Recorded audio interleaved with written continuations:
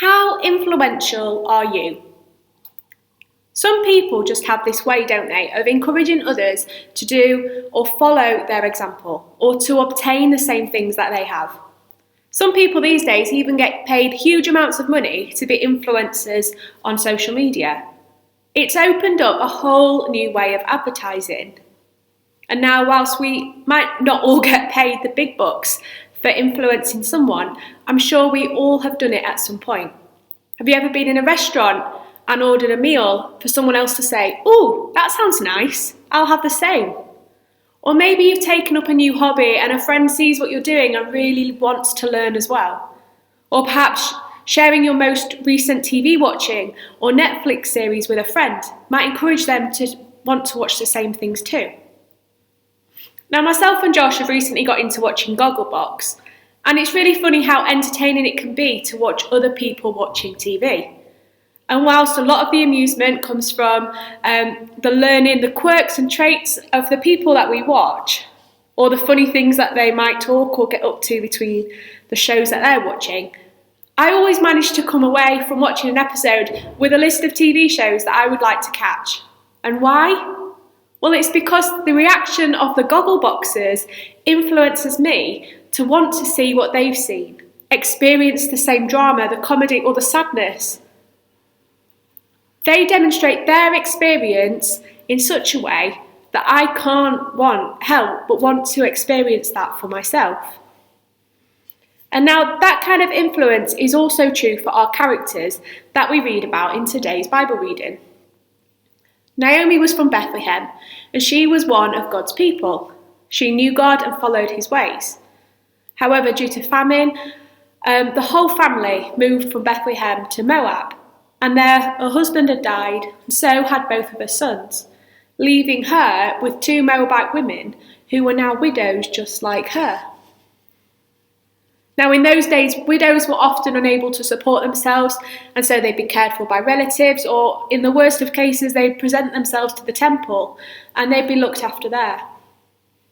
Because of this, Naomi was in no position to be able to care for both herself and the 2 daughter-in-laws. Thankfully, both women were still young, and therefore they could return back to their mother's house, where they'd be accepted back in and cared for by their own family. Or they might be able to remarry and be cared for by their new spouse. This was quite a common custom, but knowing the social norms of the day, it was also very much a necessity. Naomi quickly learns that she is better off returning home to Bethlehem, where she is known and could be cared for by the people who know her and her husband, and so she makes the decision to leave Moab and go home. She begins to take Orpah and Ruth with her, but then she realises she's taking them away from home, and she's in no position to offer them a future, and so she encourages them to go back to their original families. Now, as we read in the Bible reading, both women initially refuse to leave Naomi and agree to continue on the journey, but after some voice of reason, Orpah agrees to leave. Ruth, on the other hand, flat out refuses. She's prepared to leave her home country in Moab and continue on the journey with Ruth to an unknown land with an unknown future. And it makes no sense at first, and Naomi clearly doesn't think it's a good idea, but Ruth will not leave. And why? Well, I think it might be for 2 reasons. First, Ruth has come to love Naomi as her mother, and she has no intention on giving up on that relationship. And secondly, Naomi has something that Ruth wants. She has become a person of influence in Ruth's life. Ruth has come to learn Naomi's ways and customs as one of God's people, and Ruth wants to belong and be one of God's people too. And so the first thing to note is that the act of love shown by Ruth making that decision to stay by Naomi's side no matter what. This involved leaving her home in Moab and becoming a foreigner in Israel. Now, that's not just the case of moving to a strange neighbourhood. Moab and Israel had history, and the relationship was a hostile one. Naomi would be welcomed back into Bethlehem as a descendant, but Ruth was no blood relative, and without her husband, she had no ties to the land at all. Ruth's commitment to Naomi and the love she had for her would make her even more vulnerable, but she did it anyway. Naomi loved both Orpah and Ruth, and it's clear to see from Naomi's prayer in verse 9 that Naomi wanted what was best for the girls.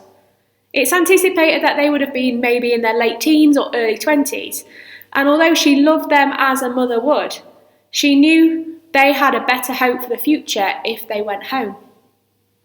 Naomi's love was prepared to let them go. And the main reason that Naomi returned home was because she'd heard that the Lord had come to the aid of her people, as we read about in verse 6. Now it's suggested that this was the result of national repentance, and Naomi returning home is seen as an act of personal repentance also. Naomi is being obedient to God in making the journey back, and this was the ultimate act which influenced Ruth in her decision to abandon her roots and set up life with Naomi. She witnessed Naomi, despite the lows of losing both her husband and her sons, remain faithful to her God and still very much aware of his promise to bless her as a descendant of Abraham. This leads us to those famous verses that Ruth states, "Where you go, I will go, and where you stay, I will stay. Your people will be my people, and your God will be my God." We read that in verse 16. Ruth chooses to lay absolutely everything on the line, even to the result of death, as we read in verse 18, in order to stay with Naomi and become an Israelite. She's experienced the faithfulness of those who loved God, and she's prepared to love God in just that same way. She even makes this declaration in the name of her newfound Lord, that from this day on, Ruth would be just like Naomi in worship and in heritage. Now, if Naomi had been a social media influence today, that has got to be worth the biggest bonus you've ever seen. But when it comes to faith, you don't need payment for being influential. The reward is promised in eternity, but we experience it in everyday life too. For whoever comes to know God because of your influence becomes your brother and sister in love and becomes a member of God's family. And what a great reward that is. And so, when we reflect on the love that we show others and receive from others, we recognise the choices we make, perhaps to put someone else first before our own needs, to make sure that they're okay. Perhaps you can think of a few people that you love like Ruth loves Naomi, or perhaps the other way round. Of course, we know too the love that God has for each of us, which was prepared to send his Son into the world, to let him be amongst the scoffers and the haters. He came to this earth as a vulnerable baby who ended up hung on a cross in an ultimate expression of love. Now, how can we not want to share that love of God with other people? Perhaps today, as you thank God for those people who have been influential in your life, you can too pray for those who you would love to experience the love of God for themselves. And perhaps you too could ask God for the way in which you can be most influential in your faith to them today. May God bless you.